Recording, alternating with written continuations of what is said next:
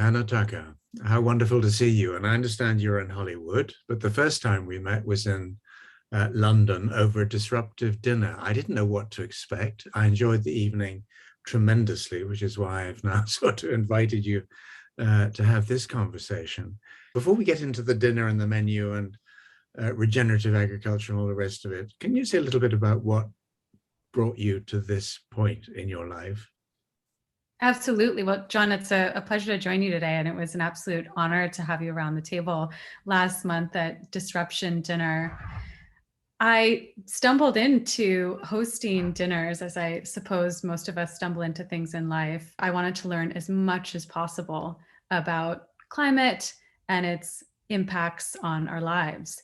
Food was the place where I focused my research because I think that's where climate is playing out first. It's dramatically reshaping our ability to grow plants and raise animals. And then at the same time, the food system is also a major driver of climate change. So since that moment and the shift in focus in my work to food, I've come to see this as, not just climate, but rather a convergence of multiple disruptive forces that are transforming our lives in many ways. So that's how I came to host disruption dinners, to share with people my research and embody the future in the form of different foods that we can taste around the table and discuss in conversation. One of the dishes that evening was jellyfish, which I have eaten, but only in a dried way in Japan decades ago. I was very surprised because I expected it just to taste like a kneecap, a cartilage or whatever, but it had been put together in a way that was actually quite delicious. But why were jellyfish on the menu in the first place? I'm glad that you found it delicious. Indeed, jellyfish is prized for its texture and picks up the taste from whatever sauce it comes in.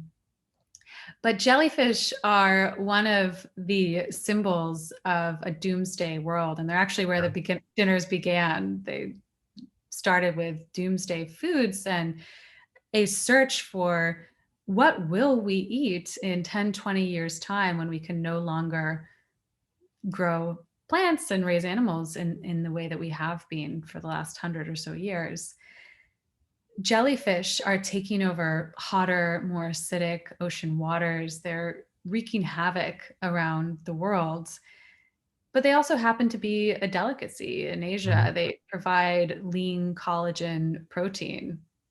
So if we're no longer able to eat fish out of the ocean, jellyfish may be where we turn next. But there are also a range of other foods or species like jellyfish that have certain characteristics that equip them to survive in doomsday. We also have dandelion root espressos. Dandelion is an invasive species. Black beans are fast growing. They need a 3-month cycle in a range of warm conditions to grow. So these are the foods that I found that we could potentially turn to if the worst happens. Well, I love the idea of tasting the future or different futures, and we'll come on to some of the scenarios and trajectories that you see playing out. But you have your own platform called Balance Point Ventures. And what does that do? What does it involve?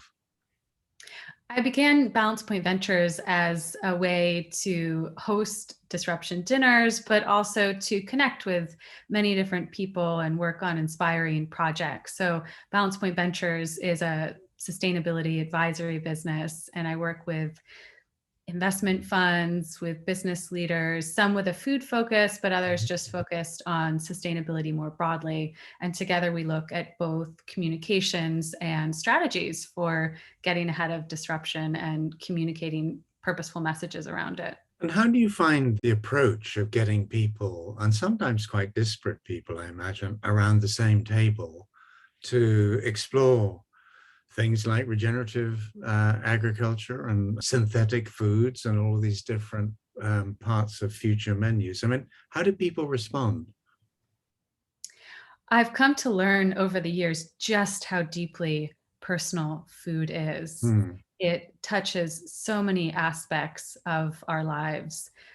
Potentially the strongest is culture and family.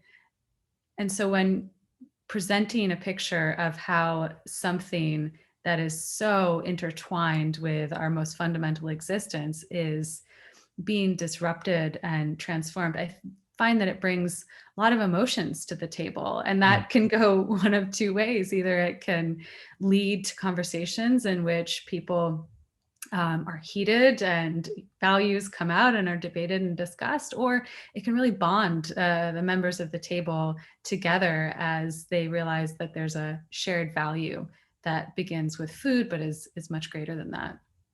Well, hopefully you haven't had food fights where people start. Nearly. But one of the things that really struck me as you talked through the evening was the three scenarios that you use to frame all of this. And it starts with doomsday, which doesn't sound that great.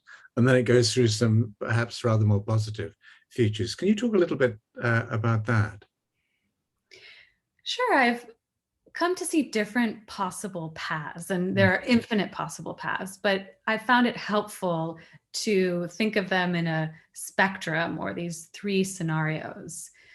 The first, and this relates to what we started the conversation with, it was my wake up moment, and this is where I was certain we were headed and now have since become more optimistic, but it's doomsday, and it for me represents the collapse of nature, Mhm. in which we continue to drive not only the industrial food system, but the greater industrial economy to its end, and results in this collapse scenario. This would be in Green Swans, your breakdown, or your world of black swans.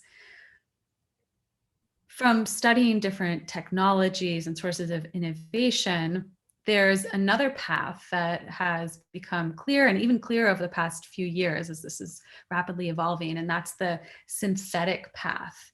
And here I see us using modern capabilities ranging from advanced computing to genomics to control nature at a level never before imaginable. I believe you talk about synthetic biology in this way in your work, but here we're seeing developments, particularly around alternative proteins, ranging from manipulating plants to extract proteins and make different meats from different sources of ingredients. We're modifying microorganisms to again produce desired molecules and mix those into foods. And we're also taking stem cells and multiplying them out to replicate meat-like products or foods. Also included here is vertical agriculture, controlled environment agriculture. But although I was so enthusiastic about this scenario when I first began learning about it, I've come to see that it simplifies down what life is, and a lot is lost in the process of so tightly controlling nature. And that's what brought me to the third scenario, the regenerative scenario, in which we use modern capabilities, but we apply them to work collaboratively with nature. And this scenario is more complex, but the rewards that come from this are hugely beneficial. There is not only a doomsday scenario, but many other paths that we can choose. So do you think some of the synthetic meat, alternative protein firms that are springing up like mushrooms in different parts of the world are almost like Facebooks in the making, in the sense that they know that there are these longer term consequences, health issues and so on, but they're sort of covering them up? Or do you think certain parts of the population just happen to be a little bit more sensitive and we need to be a little bit more thoughtful with them, but the rest of it can roll out without too much difficulty? From having conversations with many of the founders of these companies, Mm, my sense is they genuinely believe that this is a big positive yeah. for human health. It hasn't been my experience, and my experience isn't going to be the experience for everyone.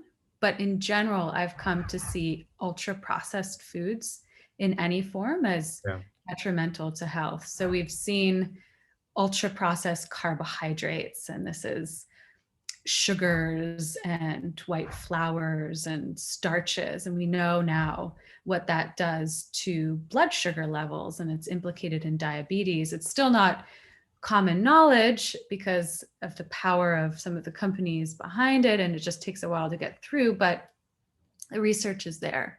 We also know what ultra processed fats in the form of seed oils, industrial seed oils, do to the body. They're pro-inflammatory.